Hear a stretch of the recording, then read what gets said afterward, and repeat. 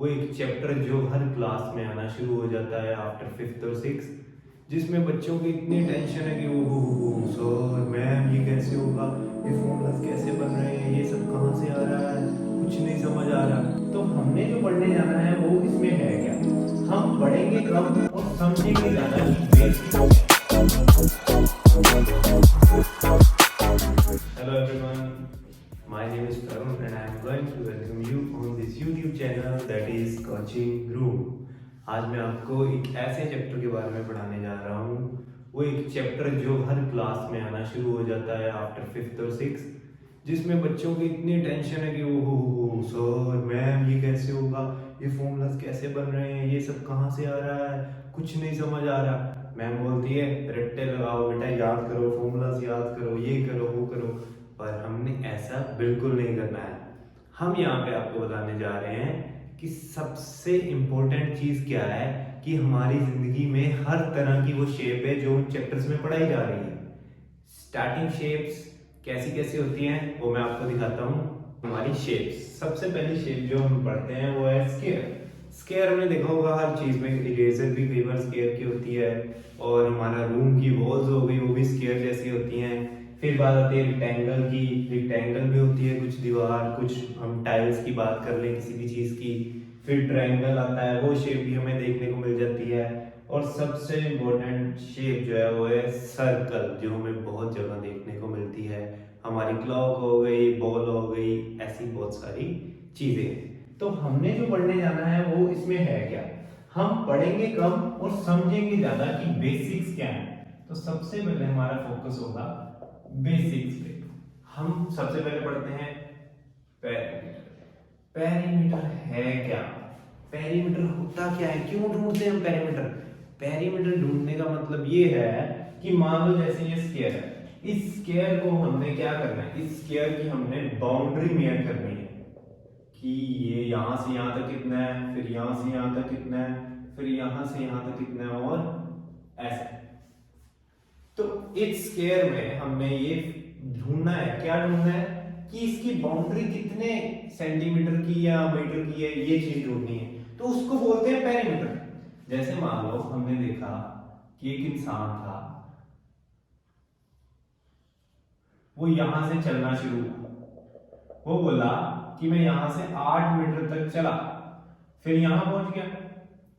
फिर यहां से कहता मैं 6 मीटर तक चला, फिर यहां पहुंच गया।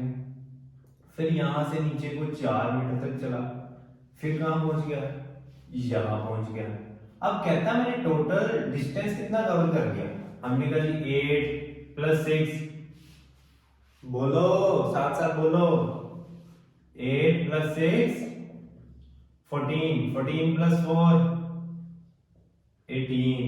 कितना टोटल डिस्टेंस उसने कवर कर लिया, 18 का। यहां आके वो कहता मैंने 18 मीटर का डिस्टेंस कवर कर लिया। तो ये 18 मीटर का डिस्टेंस था क्या, इसी को हम बोलते हैं पेरीमीटर। इसी को क्या बोलते हैं, पेरीमीटर।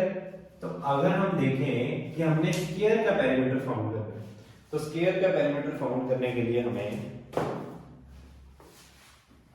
स्क्वायर का पेरीमीटर फाउंड करना है हमने, तो हम क्या देखेंगे कि इसका फॉर्मूला बताया जाता है स्कूल में, हमारी बुक्स में हमारी टीचर बताती है 4 × साइड।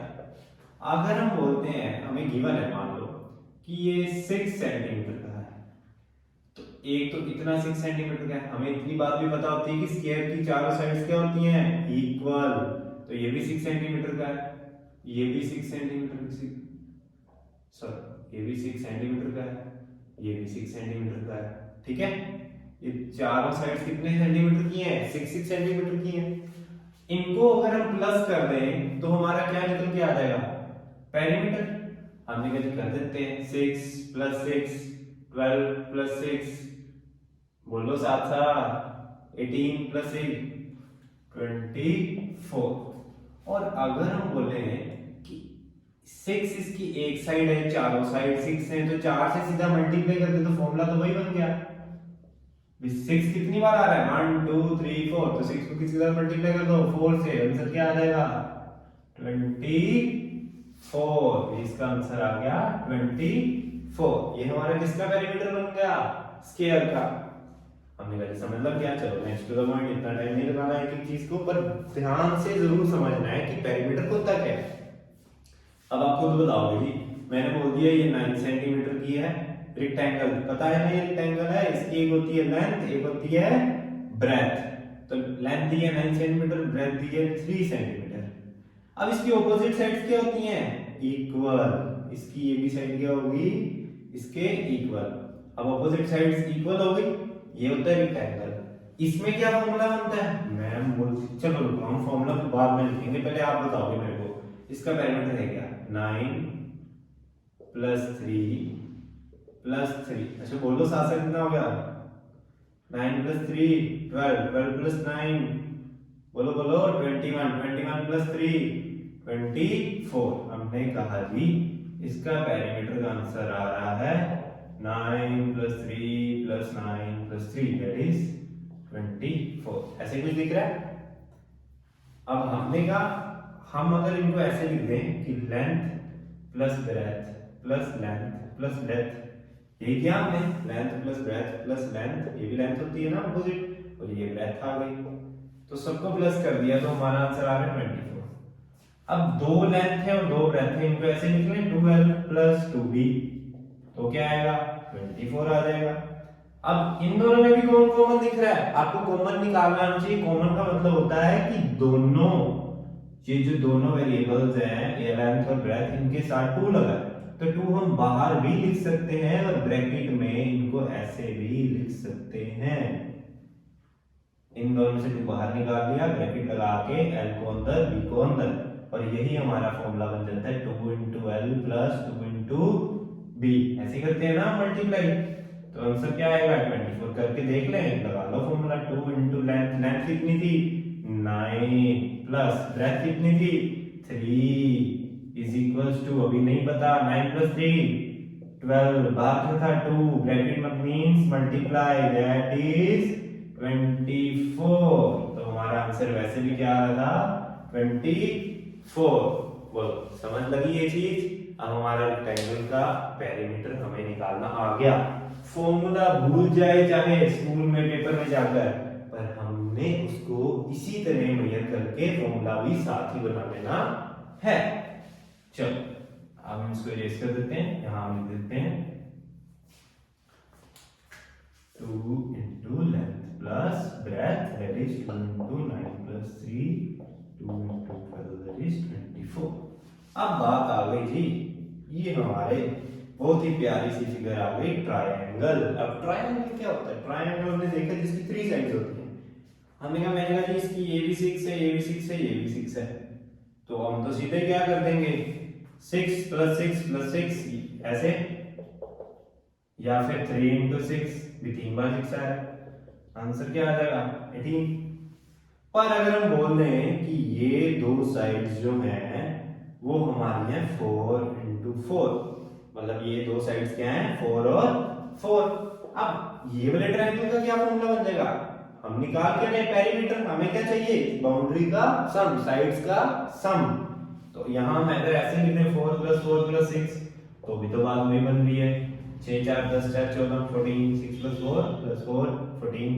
अब अगर हम इसको 4 और 4 को ऐसे लिख दें 2 into 4, मतलब 2 मल्टीप्लाई बाय 4, कि 4 कितनी बार आ रहा है? 2 बार, तो इस साथ में और कौन प्लस होगा? ये अकेला जो है। करना तो हमने तीनों को ही प्लस है, तो चाहे इसको ऐसे लिख के कर लो। अगर आपका फॉर्मूला ऐसे दिखा रहा है कि 4 2 8 प्लस 6, दैट इज आंसर क्या आएगा? 14। और अगर तीनों ही डिफरेंट है, मान लो यहां पे मान लो यहां पे क्या है? 4 5 और 6, तो उसका क्या फॉर्मूला बन जाएगा? 4 प्लस 5 प्लस 6 दैट इज 15। तो ये आपका आंसर आ गया। अब पता लगा कि हमने क्या निकाल दिया? Perimeter of triangle. सिंपल, आराम से हो गया।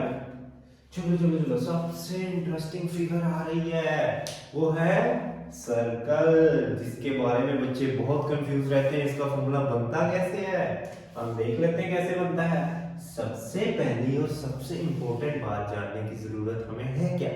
ये है कि जहां जहां सर्कल आएगा वहां वहां वो एक पाई लेकर आएगा। क्या लेकर आएगा? पाई। पाई पाई माने वो पंजाबी में बोलते हैं ना, वो गली में पाई आया है उससे सामान ले लो, वो वाला पाई सोच लिया करो। यहाँ पे आप सर्कल माने पाई आएगा ही आएगा फॉर्मूला में। और पाई की वैल्यू क्या होती है ये याद रखना है हमने, 22/7। ये याद रखनी पड़ेगी पाई की वैल्यू। इसके पीछे थोड़ा सा है डेरिवेशन, पर हमें इतना नहीं जाना उसमें। हमें बस इतना याद रखना है कि पाई की वैल्यू क्या है, 22/7। जब ये याद हो गया फॉर्मूले सारे बनने शुरू हो जाएंगे। तो चलिए सर हमें बताइए कि पेरीमीटर ऑफ सर्कल, जिसको हम बोलते हैं सरकमफ्रेंस, आपकी बुक में लिखा होगा सरकमफ्रेंस ऑफ सर्कल, इसी को ही पेरीमीटर माना जाता है। थोड़ा सा तो चेंज करना था ना उन्होंने, क्योंकि इसकी कोई साइड नहीं है, इसकी एक ही साइड घूम रही है, एक ही लाइन घूम रही है, तो सर्कल बन गया। इसमें एक चीज ध्यान रखनी है, इसके सेंटर पॉइंट से अगर कोई लाइन खींची जाए पूरी, तो ये बन जाती है डायामीटर। क्या बन जाती है ये? डायामीटर। कोई पूरी लाइन खींची जाए, अगर वही लाइन को हाफ ले लिया जाए यहां से यहां तक, तो वो बन जाती है रेडियस। एक बात याद रखना, ये मान लो सर्कल है, ये सेंटर पॉइंट है, इससे ये लाइन, ये भी रेडियस, ये भी रेडियस, ये भी रेडियस, सारी रेडियस हो जाएगी। पर जब पूरी की पूरी होगी उसको डायामीटर माना जाएगा। यहां से मैं पूरी खींच रहा हूं तो ये क्या हो गई? डायामीटर। इतना याद रखोगे? अगर इतना याद हो गया तो हमें आप बताओ कि पेरीमीटर में हम करते क्या थे? बाउंड्री का मेजर। अब यहां बाउंड्री तो दी नहीं हुई, तो बाउंड्री नहीं थी तो हमने कहा जी पाई, आपने बोल दिया सर पाई आएगा, हम फॉर्मूला लिख लेते हैं जी पाई आएगा ही आएगा। और एक चीज बताई जाती है, इसकी लेंथ बताई जाती है कि ये 8 सेंटीमीटर का डायमीटर है। अगर 8 सेंटीमीटर का पूरा डायमीटर है तो रेडियस उसका क्या होता है? हाफ होता है। तो रेडियस हाफ है तो रेडियस कितना आ गया? 4 सेंटीमीटर का। इतनी बात समझ लगी कि डायमीटर पूरा 8 का तो रेडियस कितने का आ गया? 4 सेंटीमीटर का। हमें यहां पता है कि हमने लेंथ ढूंढनी थी, तो पाई आएगा ही आएगा। ये वाली लेंथ जो हमें डायमीटर दी है वो 8 दी है पूरी। तो अगर हम इसको मल्टीप्लाई कर दें डायमीटर के साथ, तो हमारी क्या निकल के आ जाएगी? सरकमफ्रेंस। कैसे?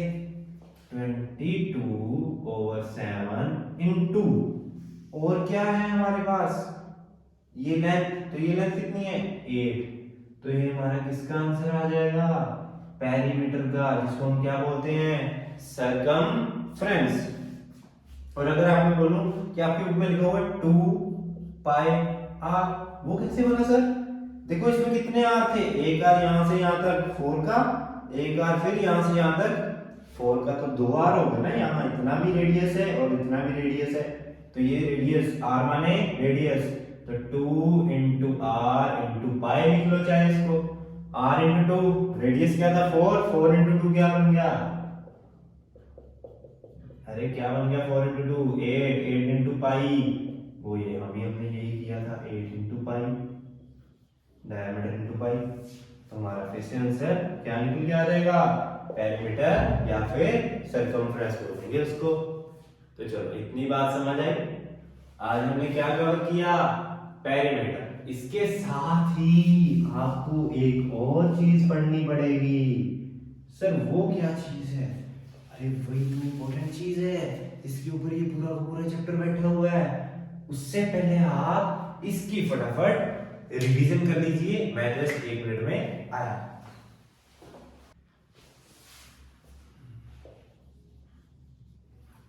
तो चलिए हमारा नेक्स्ट कंसेप्ट क्या है?